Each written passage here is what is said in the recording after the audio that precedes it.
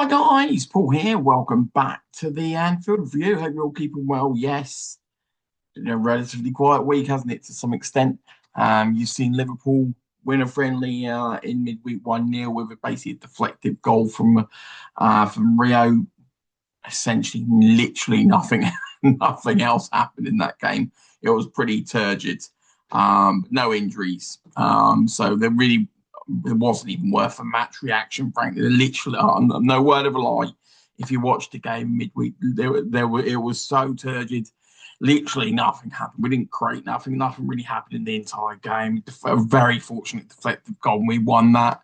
As you would have seen, guys, literally zeros happened on the transfer activity. Anyone shocked? Not really. Plenty of hype, plenty of waffle, plenty of talk, plenty of so-called moving parts. And that's been moving, and this has been moving, and that's been moving, and this is inch closer. I don't know. I mean, we've been waiting a month for the Barclay deal to inch along. In theory, it looks like it's inched further towards a potential signing. But boy, it's like pulling teeth, isn't it? To some extent, trying to get Barclay over the line at the moment. I know there's sort of various sort of moving parts, but let's crack on with quickly the reaction to the game that's literally just finished 2 seconds ago. I've just been watching it now. Liverpool versus Leeds. Liverpool lost 4-2. Essentially, Liverpool went in 2-0 at half time and basically just put in a pretty abject 45 second half. Look, it's a friendly.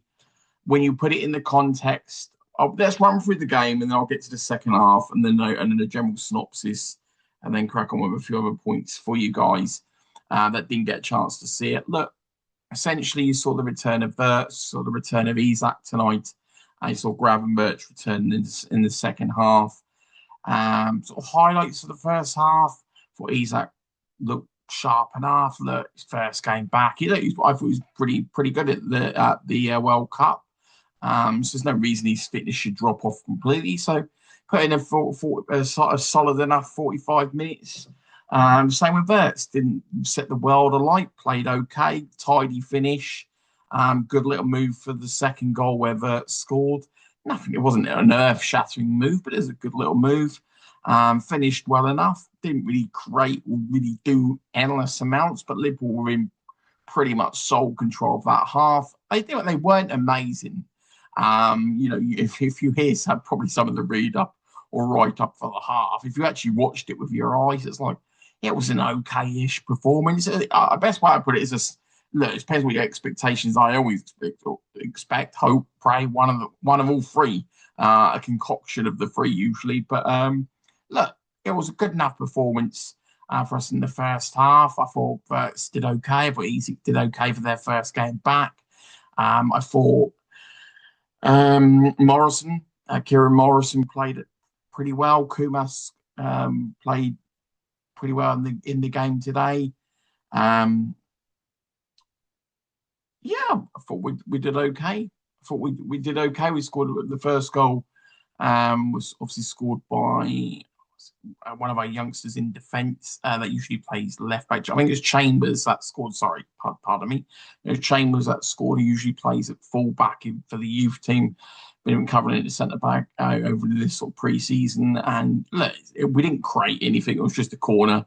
It literally just floated over and ended up just sort of dropping in at him, and he put it in from about 5 yards out. So nice for the lad, isn't it? It's a nice memory, isn't it? It's always these things. Who knows what his career will be in the future, but it's a nice thing. As I say, first half I thought Kirkhouse did okay.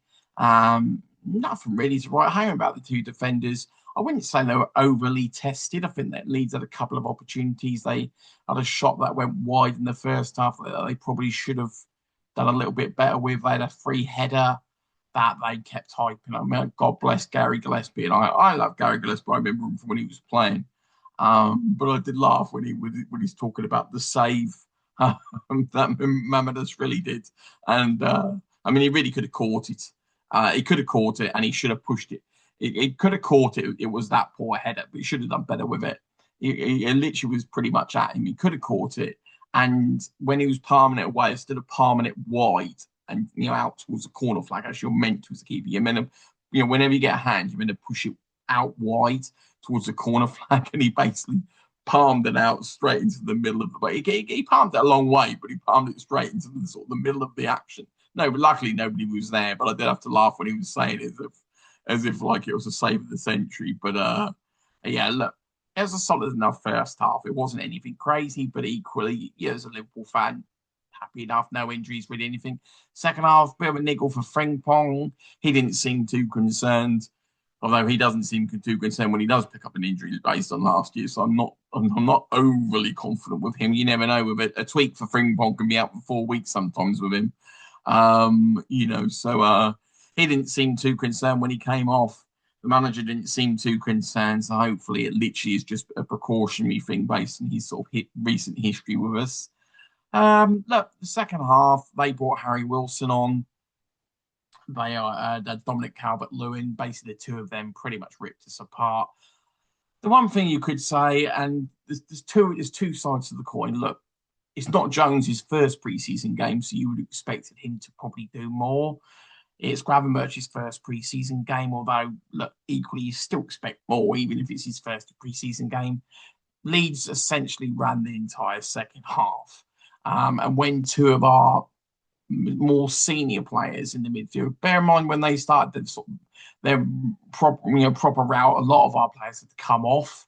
But equally, they had already pulled at least one back, maybe two back by the time Szoboszlai went off. But what it just once again highlights that the midfield just doesn't have really, not necessarily control, but look, whenever you take off pretty much all of our threat, Rio had come off, Szoboszlai had come off, Isak had come off, Bertz had come off. So basically, when you've got no real attacking threat, essentially you hand the onus to the opposition to basically just come forward, and because they can attack at will with basically no threat from us, and that's pretty much what Leeds did. They knew they could attack because we basically had nobody left on the pitch that was really going to do anything. And that pretty much was what happened, look, essentially, in terms of that game. So if you watch that, you guys would agree, really. Look, I'm always going to bang the drum for a defensive midfielder, and I'm always going to highlight the fact that I forever feel like our midfield really just gets walked past too often. And so I don't want to go on about it too much because it's a pre-season game, and who knows, but equally last season, one of the major faults was the fact the midfield was basically absent without leave. Pretty much all the time, people would just walk straight through the midfield, straight into the defence. And Leeds just basically walked past Gravenberch and Jones for fun tonight in the second half. I mean, yeah, okay, you could make it like it's not Jones's first preseason game. Not a great, it's a friendly. So I'm just saying, but it's okay to have an opinion on a friendly, and not a great performance from him. Look, one of their goals he should have cleared. He basically let the ball. He tried to clear it, missed the ball, went to their player. He scuffed it in. I think that was for 3-2. The fourth goal for Dominic Calvert-Lewin, he didn't really show a great deal of awareness, but then the centre backs were completely AWOL. The left back was nowhere, and so in one hand at least he was there. The only downside is he hardly contested with Dominic Calvert-Lewin. He headed in for 4-2. So yeah, I mean the fault's not solely on him, if that makes sense. I would say the third one is because he should have cleared it. He really should have cleared it. It was a really poor attempt at the clearance. And he should know who's behind him as well, but there's really, really poor. A bit lackadaisical, but a bit so if you saw it in a Premier League game, you'd be absolutely furious. The very fact that it's a friendly, you'd less so, but equally so. Look, ultimately, we've got no Xhaka, no Leone, no Gomez, no Van Dijk. So basically, we've got no proven centre backs playing in this pre-season, essentially, at the moment. And so should we be shocked when we've let 4 goals in when we've got no defensive midfielder? One of them's only playing his first game. The other one, Jones is all over the place in terms of his head. I don't know what's going on with him. Szoboszlai's not a defensive midfielder anyway, but he's playing well when he's on the pitch. And so I thought Kirkus did all right for the time that he was on. He was at fault for a little bit of the first goal that they scored. Really miscontrolled it. Not on top of our box, I'd say midway through our half, miscontrolled it. They got the ball, one, two passes, goal. It is sort of is his fault. I mean, the ease in which they would go boom, boom, goal. Just it is what it is. I mean, I think we do have to. Two things can be true. We have to accept the fact that we got youngsters that wouldn't never see a light of day of a Premier League at this point in their career, and at best would play part of maybe a part of a Carabao game alongside Virgil. Let's just say. And so they've done well enough in this preseason. You can't lambast them because they are where they're at. You know, they're up against Premier League players. Harry Wilson played well when he come on, really pulled the strings. Calvert-Lewin causes Virgil problems. And so every time he plays us, he scores. Doesn't matter who we're playing with, it's Canate, Matip, or Virgil, you know. So it is what it is, really. I think the second half just highlighted what was on the pitch, but also highlighted what was missing from the pitch. Having Allison, Virgil, whoever the other centre back is going to be, we don't have a solution to right back. So it just also highlights that problem as well because they kept coming down that left hand side, our right hand side, and crossing in and crossing in and crossing in and it was crossing for fun really. We just don't have a solution to that right back. And I mean, if the club's watching it, which obviously they are, but they're not naive. They must know obviously the urgency of centre back, the urgency at right back. And frankly, I know nobody else really seems to. I don't know whether people don't care. I think it's the fact that people either got rose tinted glasses on what was our title winning midfield, or we're so concerned about other areas. People are just like, well, the midfield can wait for now. But I will beat the drum that our team badly needs a defensive midfielder because I don't think our defence is good enough to do it just on their own. And I don't think Gravenberch and McAllister and some of us can protect them enough. You know, I'm not. They all have their qualities, but they're just not going to give them the protection that they need. We've got a young left back. Who knows who the right back's going to be? We're going to have a young centre back, whoever it is at this point, and Virgil. So, yeah, look, the game is what the game is. In one hand, I'm pleased that we've had a test. And look, you never want to get beaten. And the second half was pretty abject.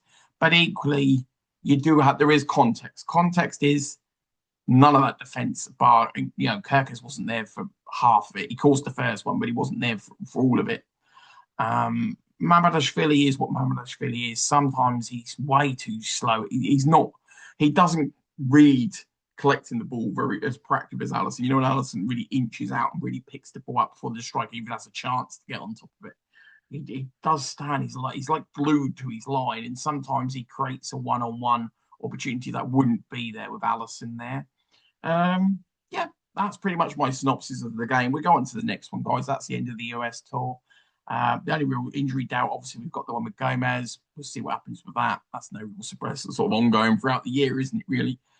Situation with Frimpong as well. Looks like a nickel, but we'll see in future days. Let's move on to really this week then, guys. That's sort of my match reaction for this week. There's a couple of positives. First half, you saw some key players come back. It was an okay first half. Some people, you can't wax lyric on the surface. It wasn't that much going on in the first half. I'd say we controlled it and we created a couple of opportunities. Like I say, the first goal was basically just a corner, just landed obviously our defender just, to knock him from 5 yards. And the second was a pretty good move and a good finish from Verts. They had some opportunities as well in that half. Second half was just a mess, and our old habits sort of really were just up there to be seen basically for everybody. But then equally, they may well have been there to be seen, even if you'd have seen Allison, Van Dijk, whoever else. At the end of the day, the midfield had Jones and Gravenberch in it, and then they just walked straight past them in the midfield. I appreciate it's Gravenberch's first game. It's not Jones's first game though. And I don't want to dig Jones out because this is going to lead on to my next point, really. the problem with this situation with Jones is that I imagine he probably does want to leave. Let's just say the problem is we can't afford him to leave. But then equally, he adds nothing to us if his mind's elsewhere. But equally, we've got no utility players in a very short and small squad. We can't afford Jones to leave until we buy. It's like Jones can't leave unless we've got a midfielder to replace him and a right back that comes in. So if a right back comes in and the midfielder comes in, then let Jones go. But at the moment, he's a backup to the midfield. He's a backup to the right back. At the moment, he's probably going to be the right back for the. Who's going to be the? You tell me who's going to be the right back for Liverpool in the opening game against Newcastle in 3 weeks' time. At this rate, it's Frimpong or Jones. That's it. At this current juncture, it's either one of Frimpong, Jones, or Szoboszlai. I don't imagine Iriota will want to start the season with Szoboszlai at right back. We could well be forced into playing that, but then I think we lose so much more in the rest of the team if we actually put him there. But this, that's we're leading on to one of these situations in terms of, where are we at? Where it feels like there's an out of office on it in our, in the club at the moment when it comes to sort of the business side of transfers. And I've not been too, so I haven't been banging out videos day after day after day, just sort of like, losing my mind in terms of the transfers. I have a degree of patience on that front, but I do think with what people say, you got 5 weeks to go, 5 weeks to go, and 3 weeks to the start of the season. We've signed one player in this transfer window that wasn't done in January. I know people, you spent 100 million on Xhaka. It's like, no, Xhaka and Muniz. I was like, I understand, Xhaka, but the actual paperwork and the business element of that was done in January.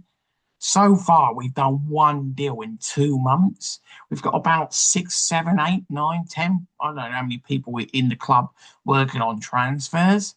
We've got one deal over the line in Muniz, and that was probably brought forward because Newcastle were going to sign him. One deal, let that sink in, and people go, oh, yeah, but you had the World Cup, nobody could do deals. Well, how's that one working out? Well, if you look at everybody in the Premier League, if you take Xhaka out of ours, so far we've signed a £40 million winger. That's it. Just comprehend that. Let that one sink in for a moment. Part Xhaka, because remember, you can look at it this way and say, oh, Xhaka, but then we didn't sign anybody in January after missing out on a defender in the summer. And our net spend last summer, because everyone, not everybody, but a portion of people will constantly, to the day they die, will harp on about our huge summer last summer. Our net spend, listen to this key part. Our net spend last summer was less than Arsenal's. Our gross spend is irrelevant. It's about the net spend. Nobody cares about the gross spend. If you spend 1 billion on new players and sell 999 million on players that are going out, then who would you say? Oh, they've signed 1 billion, and yet your net spend is 1 million. Really? And gross spend is absolutely irrelevant. It's about net spend. Liverpool's net spend. Here's this one for Liverpool net spend, sixth on the spending league for the last 5 to 6 years. At this current moment in time, we've got 11 players out of contract. Next summer, we've got one player purchased in 2 months. 2 months. 2 months out of 3 of this transfer window have come and gone, and we've signed one player for 40 million. That's it. We've got all answers on a postcard as to what everybody is doing in terms of the work. And people go, oh, you could say, and I'm going to play devil's advocate. The manager got sat back through the plans into turmoil, right? Iriola's been there for ages. He's been there for pre-World Cup. Iriola's been there. Yeah, he's been there for ages. All the players that Liverpool have scouted that are on the list they've got a list of everybody on world football pretty much. Everybody, it's not rocket science. Everybody has a database. Everybody has scouts. Do you know what I mean? It's like, it's not this situation where the Iriola's suddenly come into Liverpool, rip that up. We need to go and scout players. What do you mean you need to go and scout players? What have you been doing for the last? Yeah, what do you when the transfer window shuts? What do you do from that minute that transfer window shuts till January? Half the department haven't got anything else to do but scout players. You've got an analytical department that from September to January, literally all they've got to do is scout players. And from February to the end of the season, all they've got to do is scout players. So like you should be scouted up to the moon. You really should. I know that sounds absolutely nuts, but in any other walk of business, when you open up to do deals for certain periods of times, I get it. You're busy, bids, paperwork, all these different things, moving parts, people being sold, delays. I get all of those parts. But when the transfer window's shut, all of the hard work should have been done then. In Michael Edwards' words, all the preparation for this transfer window has already been done. Well, then where's the action on it? So as I say, 11 players out of contract next summer. Nothing's been addressed on that. One player purchased in 2 months. That's just not. That's not. I mean, you can't. You can hardly say it's moving the needle, can you? I mean, one player purchased in 2 months is hardly. Let's just say if you. I don't want. I'm trying to be kind. You're hardly being rapid. Would you say it's decisive? No. Would you say it's rapid? No. Would you say it's swift? No. Would you say it's urgent? No. None of those words apply to this year's transfer window. Everything last summer, which looked like prepared, swift, decisive, rapid, proactive, ambitious, this year is the complete opposite. And the words that ring in my head are this season's transfer window, Paul. It's 4 transfer windows in one. And there's this stupid nagging doubt in my head that says they cannot surely mean this transfer window is one of them. They cannot seriously believe that this transfer window right now was part of last year's 4 transfer windows in one. That's ridiculous. We barely spent for 3 transfer windows. We're back in the Champions League. We had record turnovers. We've lost players on huge wages. There's no way Liverpool don't have a budget to invest. As I said, it's not all about money. This season is gonna ride on the using the squad better, training better, the manager's tactics better. But you can't send Iraola into this season with his hands tied behind his back and just say, go on, outperform this squad. Outperform what we're going to give you. Do we have talent in the squad? Yes. Do we have depth? No. Do we have some good youngsters? Yes. Are they ready for the Premier League? Some are, like Traore in bits. Rio, yes. We haven't got that. We don't even know if Leone and Xhaka are ready for the Premier League. We pray they are. If they're not, we're doomed. What's the solution if Leone and Xhaka aren't ready for the Premier League? If Leone and Xhaka aren't ready for the Premier League, and believe me, it's a heck of a change of pace. If they're not ready, then we are going to be 8th. And I know that sounds really dramatic, but you have to put this in perspective. When we got Konate, Matip was the main centre back, and for a long time, Matip kept Konate out. So it was Pete Virgil and Matip. We still had Robertson, we still had Trent, and Konate earned his stripes to take over from that situation. Where we're at now, and we're sitting here now in a circumstance where it feels like we've got no right back, we've got no centre back cover, we've got no right wing. No right winger outside of Rio playing there at the moment. Maybe Muniz, let's just say, but no. How do I want to put it? I'm willing to look. When we got Mo, I didn't know he was going to be a superstar. So who's to say Muniz may not be the next Mo? Although that's being fanciful. I knew Mane would be a great player. I knew that. I saw that at Southampton, And I do believe Nunes will be a good player. So I'm not down on Nunes at all. But let's just say if you put Nunes and Rio switching on the right wing, let's just say hypothetically, regardless of whether they can play both wings, then on the left wing, who plays on the left wing? Gakpo. That's it. That's all at the moment. That's it. And Gakpo's not a winger. And Gakpo can't play every single game. And Gakpo's going to have to be alternated at this rate with Isak until Ekateki gets fit. And so we're one winger down. So we're a right winger down or a left winger, whichever way you want to flip it, depends on the way you use it. But at the moment, we're a right winger down. You can make an argument we're a backup striker short.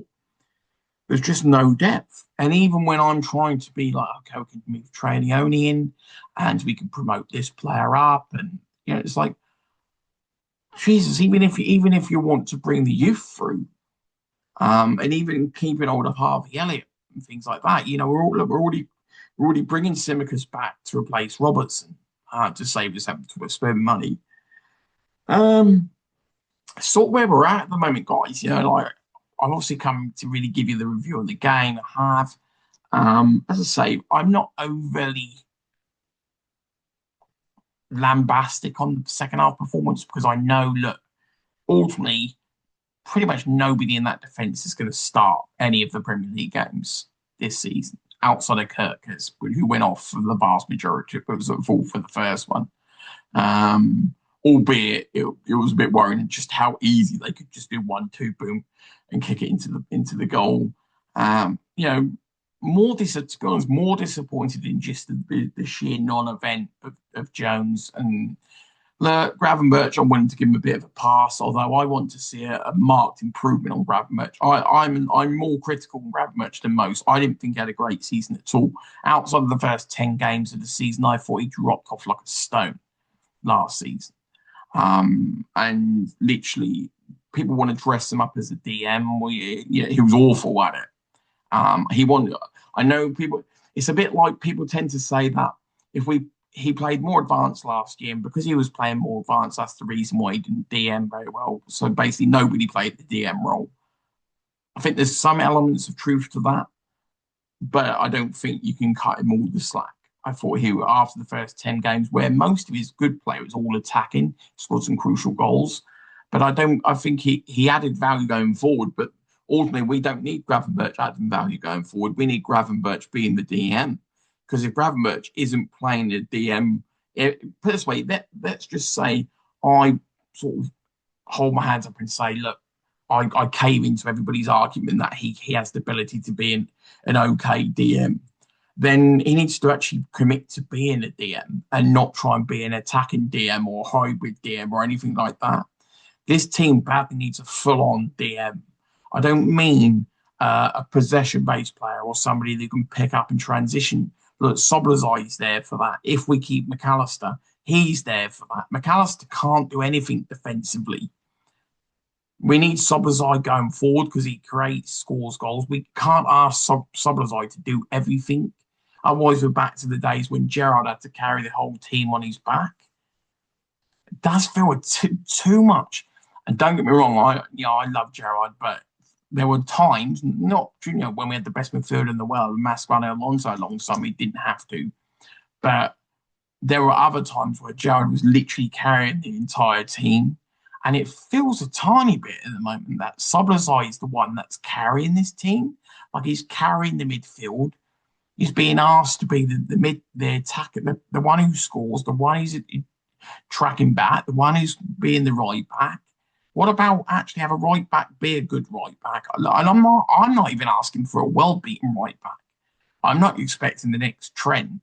I'm just asking for a decent right back. So Szoboszlai can actually do his job in midfield. So yeah, that's where we're at, really, guys. I would say I hope you enjoyed the game, but hopefully you switched off and went for a kip or walked the dog after the first half. It is what it is. I think we have to. I don't think you could ignore the second half against Leeds because it highlighted a lot of common themes of last year, and I don't think anyone's out of line to say Pretty poor performance by Jones when he came on in that half. Pretty poor performance by Gravenberch in that half.